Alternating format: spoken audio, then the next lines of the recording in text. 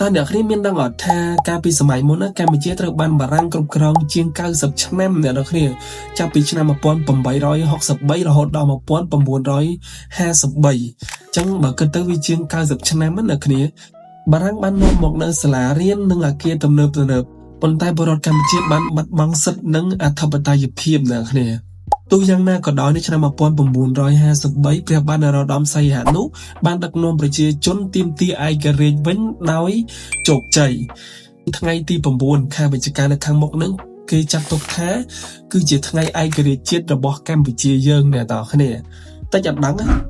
ឡូវខ្ញុំរៀបរាប់តើតើនឹងចំណុចសំខាន់ខ្លះដែលគ្នាគួរតែដឹងសម័យអាណានិគមបារាំងគឺរយៈពេលដែលប្រទេសបារាំងបានយកអំណាចគ្រប់គ្រងប្រទេសកម្ពុជាយើងដោយផ្លូវអាណានិគមនឹងរយៈពេលសារៈសំខាន់ណាស់នៅក្នុងប្រវត្តិសាស្ត្រកម្ពុជាយើងណាគ្នាពីព្រោះវាបានផ្លាស់ប្ដូរប្រទេសយើងយ៉ាងច្រើនហើយទាំងផ្នែកនយោបាយសេដ្ឋកិច្ចនិងសង្គមនិងវប្បធម៌ណាគ្នារយៈពេលបារាំងចូលមកគ្រប់គ្រងអាណានិគមនៅលើកម្ពុជាយើងនឹងគឺចាប់ពីឆ្នាំ1863រហូតដល់1953អ្នកគ្នាមូលហេតុដែលបារាំងចូលមកកម្ពុជានឹងអ្នកគ្នាដោយសារតែបារាំងចង់បរិយាអំណាចនៅអាស៊ីអាគ្នេយ៍ហើយដើម្បីប្រកួតប្រជែងជាមួយនឹងអង់គ្លេសហើយមួយទៀតបារាំងចូលមកទីប្រជុំជនសម្រាប់ពាណិជ្ជកម្មធ្វើជាច្រកចេញចូលប្រទេសវៀតណាមនិងឡាវអ្នកគ្នាហើយកម្ពុជាយើងពេលនោះស្ថិតនៅក្រោមសម្ពាធសៀមនិងពពួកវៀតណាមផងដែរដូច្នេះព្រះបាទនរោត្តមស្នើសុំឲ្យបារាំងជួយការពារឬក៏ហៅថាឲ្យបារាំងនឹងចូលធ្វើជាអាណាព្យាបាលរបស់កម្ពុជាយើងណាសន្ធិសញ្ញានឹងការគ្រប់គ្រងឆ្នាំ1863ព្រះបាទនរោត្តមចុះសន្ធិសញ្ញាជាមួយនឹងបារាំងឲ្យកម្ពុជាក្លាយជាប្រទេសអាណានិគមក្រោមការពាររបស់បារាំងនៅឆ្នាំ1884បារាំងបង្ខំឲ្យព្រះនរោត្តមចុះសន្ធិសញ្ញាថ្មីដើម្បីឲ្យអំណាចគ្រប់គ្រងពេញលេញហើយមកបារាំងបានដាក់អភិបាលទូតមកគ្រប់គ្រងនៅរាជធានីភ្នំពេញរបស់យើងហើយចំពោះផលប៉ះពាល់សំខាន់អ្នកគ្នាផលវិជ្ជមានបារាំងបានកែលម្អរដ្ឋហើយបង្កើតសាលារៀនប្រព័ន្ធច្បាប់និងសេដ្ឋកិច្ចទំនើបការសាងសង់ផ្លូវស្ពានហើយនឹងរដ្ឋធានីឬក៏អគារនានាដូចជាសាលារៀនរាជធានីភ្នំពេញអគារ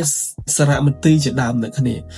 ការរក្សាសំណង់បារាំងដូចជាអង្គរវត្តឲ្យស្ថិតស្ថេរឡើងវិញអ្នកគ្នាផលអវិជ្ជមានគឺកម្ពុជាបានបាត់បង់ជាតិនិងអំណាចរដ្ឋបារាំងយកធនធានធម្មជាតិដូចជាដីស្រូវអីហ្នឹងយកធ្វើជាប្រយោជន៍ផ្ទាល់ខ្លួនរបស់បារាំងប្រជាពលរដ្ឋត្រូវធ្វើអីហ្នឹងគឺធ្វើឲ្យខាងបារាំងដោយសារតែតាមច្បាប់អាណានិគមរបស់គេណាគ្នា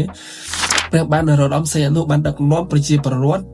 ទាមទារឯករាជ្យវិញនៅថ្ងៃទី9ខែវិច្ឆិកាឆ្នាំ1953កម្ពុជាទទួលបានឯករាជ្យពីបារាំងវិញពេញលេញវិញនៅថ្ងៃទី9ខែវិច្ឆិកាត្រូវនឹងថ្ងៃប្រហែលថ្ងៃខាងមុខនេះអ្នកគ្នាអញ្ចឹងនៅតែប្រហែលថ្ងៃទៀតគឺយើងដល់ថ្ងៃឯករាជ្យជាតិយើងទៀតហើយអ្នកគ្នាអញ្ចឹងសង្ឃឹមថាអ្នកគ្នានឹងបានចំណេះដឹងពីវីដេអូនេះខ្លះៗអ្នកគ្នាហើយមួយទៀតដោយសារតែខ្ញុំផ្ដាសាយផងហើយខ្ញុំព្យាយាមរកឯកសារថ្មីដើម្បីធ្វើចែកម្លែកអញ្ចឹងណាអញ្ចឹងវីដេអូខ្ញុំមានតែប៉ុណ្ណឹងនេះអ្នកគ្នាអរគុណមែនតើដែលបានទស្សនាហើយបើសិនជាខ្ញុំនិយាយកន្លែងណាខុសអីអាច comment ប្រាប់ខ្ញុំបានខ្ញុំនឹងកែលម្អបន្ថែមទៀតអញ្ចឹងណាហើយមួយទៀតតើតើនឹងវីដេអូខ្ញុំរៀនធ្វើទេអញ្ចឹងវាអាចមានខុសច្រើនសូម្បីតែការនិយាយខ្ញុំព្យាយាមអភិវឌ្ឍខ្លួនឯងពីមួយដំណាក់កាលទៅមួយដំណាក់កាលទៀតអ្នកគ្នាអញ្ចឹងវីដេអូហ្នឹងគឺមានតែប៉ុណ្ណឹងទេអរគុណអ្នកគ្នាបាយ